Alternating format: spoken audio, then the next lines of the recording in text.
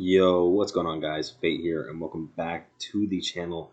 And today I'm bringing you guys my APA Odyssey draft recap. So if you don't know what APA is, it is a draft league where you draft Pokemon and you play with them. It's one of the biggest draft leagues in the community as well. So I hope you guys are excited. I'm going to be uploading my APA run this season. So yeah, anyway, the mon I drafted first was Mega Diancie. So it's one of my favorite mons to use in the format, and it's pretty top tier. It's not top 10 or anything like that, but it is up there, and I had the 14th pick in the draft, so I was going to be left with the spoils from the rest of round one. So I decided to get Diancie. It's one of my favorite mons to use in Draft League, and it has really good stats, really good speed tier to have early on, and then great attacking stats. All of its stats are great except for HP.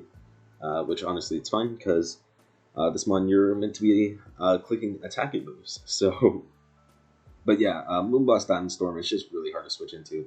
It's also a really great stealth rocker, and it gets Mystical Fire to hit steel types and Earth Power to hit steel types, which is just really good. One of its major switch-ins that resist both stabs is steel types, and it can hit them no problem. It also gets setup options like Rock Polish and Calm Mind. So this mon not only has some versatility and a good move pool, it also has really good stats to pair with that. So my first pick was Diancie, and I'm really excited to use it. Okay, next up, I decided to get Zapdos on the way back to me, which would have been the 20th pick. I don't know if I might did my math right. It's somewhere around there, or maybe the 18th. But yeah, I got Zapdos, which is usually a near round one pick, so getting it early round two didn't surprise me. It's a really good speed tier to pair with Mega Diancie at base 110, and then we get down to base 100, which is awesome. And Diancie can struggle with bulky water types, so I was like, yo, I'm going to get Zapdos. It just destroys bulky water types for free any day of the week. So Zapdos was really good at there. It gets U-turn, Volt Switch, Thunderbolt, Hurricane, Heat Wave. It gets Screens, Roar, Roost, obviously, Tailwind. I probably won't use Tailwind. I might, though. It gets Weather Ball now, which is really good in against rain. And it gets Defog and stuff as well. So we're going to see what we can do with Zapdos, but I think it was a really good pairing with another mon like Diancie. And next we have our boy Slow King. Now Slow King is a mon that I'm pretty excited to use again because it gets Teleport, and Teleport should really help us out in getting in Diancie and Zapdos, which is going to be really important because they're going to be our main offensive mons this season. So being able to get those in off of Slow King Teleport is going to be really nice, and it's going to be a really good defensive backbone for our team. It gets Teleport, Slack Off, Trick Room. Obviously, it gets water and psychic moves, whatever you can think of. It also has a pretty good move pool. Besides that, with Shadow Ball, Flamethrower, Seismic Toss, and then gets Thunder Wave and Toxic as well as Yawn.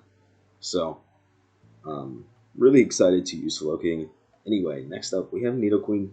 I knew I needed a ground type to pair with Slow King because it is obviously weak to electric, and we needed an immunity. You always need an immunity, and you want your ground type to be pretty solid. So I got Nidoqueen, the first stealth runner on the team as well. It also gets T-Spikes, and it's a grounded poison. So really good utility in all of those things. It also has an extremely good move pool.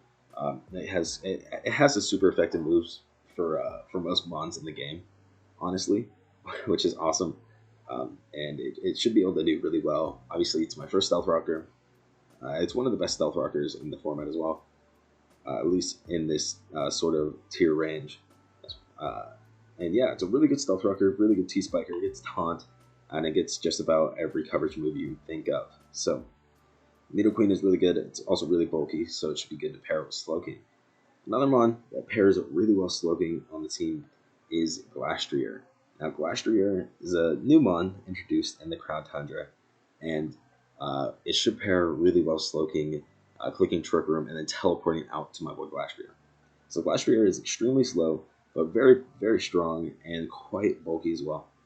And I know that ice types are very hard to switch into, so I'm pretty excited to use this mod. It also has some good coverage with close combat, high horsepower, heavy slam, mega horn, lash out, super power throat chop, and also gets taunt as well.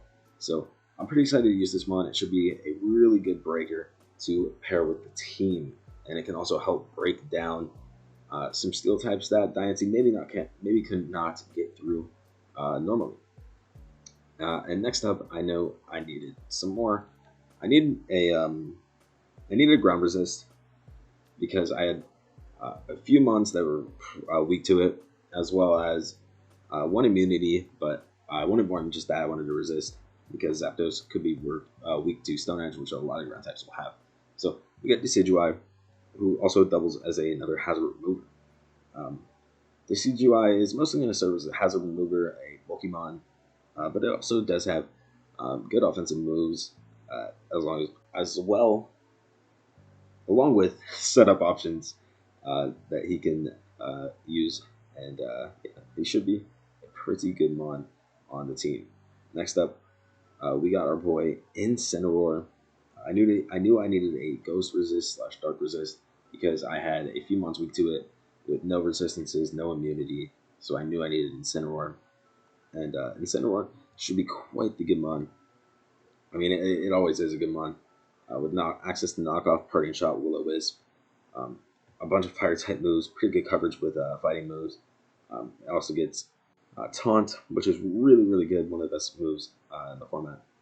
And it has access to bulk up too, so it can also set up, which means it should be a pretty good mon, and it should help us handle a lot of things. Also has Intimidate, which is going to be just clutch sometimes.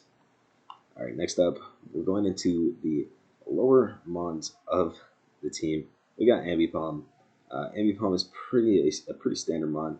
It has 115 base speed, meaning it's our fastest mon on the team.